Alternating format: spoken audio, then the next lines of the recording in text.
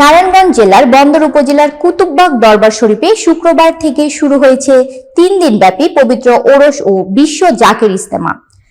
অনুষ্ঠান শুক্রবার জুমার নামাজের পর আখিরি মোনাজাতের মধ্য দিয়ে শেষ হয়।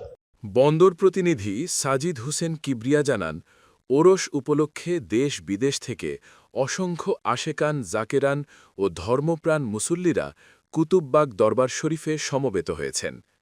শুক্রবার আখিরি মুনাজাত পরিচালনা করেন খাজা বাবা কুতুববাগী কেবলাজান হজরত জাকির শাহ। ওরস ও ইজতেমার সময় দেশ ও বিদেশের প্রখ্যাত আলেম ওলামারা কোরআন ও হাদিসের উপর গুরুত্বপূর্ণ বয়ান দেবেন। বিশেষভাবে জুম্মার নামাজ ও আখিরি মোনাজাতের আগে খাজা বাবা কুতুববাগী কেবলাজান বিশ্ববাসীর শান্তি ও কল্যাণ কামনায় বয়ান প্রদান করবেন।